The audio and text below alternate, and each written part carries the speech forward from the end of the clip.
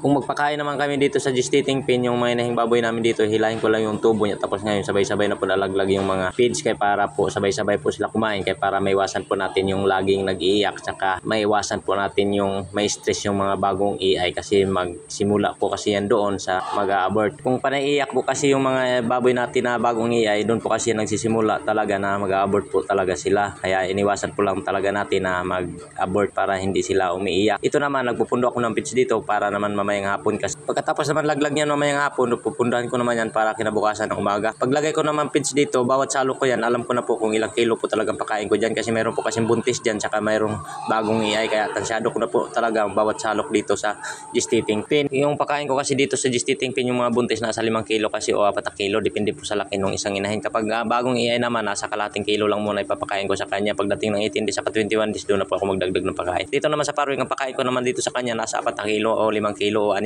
kilo. Kapag malakas po talaga kumain yung isang inahin niya, tapos marami siyang anak, lalo na po talaga kung malalaki na, pinakain ko po talaga nasa 6 na kilo, kasi para hindi po talaga pumapait yung isang inahin. Kapag nasa tama po talaga yung pakain natin sa isang inahin, habang lumalaki kasi yung mabiik, lumalakas din po kasi yan dumididi, kaya magdagdag lang po tayo ng pakain sa mga inahing baboy hanggang 5 kilo o 6 na kilo para hindi po talaga pumapayat yung mga inahing baboy. Kasi kapag pumapayat po talaga yung isang inahing baboy, hindi na po talaga magbibigay ng maraming gatas yan dahil tinipid mo sa pagkain. Pagdating naman siya, naawatin mo siya, pagdating ng 5 days, hindi na po yan masyado maglalandi dahil sa sobrang payat. Dapat po talaga kapag mag-awa tayo sa mga inahing baboy, kapag nandito sa paruing, ang nasa tamang katawan lang po, hindi masyadong payat, hindi rin masyadong mataba, kaya kailangan katamtaman lang po yung katawan talaga kapag nasa paruing yung inahing baboy. Pagdating ng 7 days simula nung pinanganak yung mga biik, dapat tuturuan na po natin pagpakain. Maglalagay lang po tayo ng feeders dyan sa may kulungan nila niya, tapos lagyan natin ng kunting feed sa may amuyin pa naman nila yon, hindi pa man nila totaling kakainin talaga. Kaya pagdating ng 28 days saka 30 days, pwede natin awatin yung mga biik sa ina, kasi ganun po talaga yung ginagawa namin dito. Pagdating ng 28 days saka 30 days, nag-aawat na po kami sa mga biik sa ina. Pagdating ng 5 days, simula mo na awat yung isang inahin, dapat maglandi na po talaga yun, kasi ganun po talagang ano namin dito. Pagdating ng 5 days, dapat maglandi na po talaga yung inahing baboy. Kapag hindi pa rin siya maglandi pagdating ng 5 days, magbilang ka na mga hanggang 7 days na. Tapos ngayon, kapag hindi pa rin siya maglandi hanggang 10 days, pwede mo turok ka ng gunadin. Pag turok gunadin,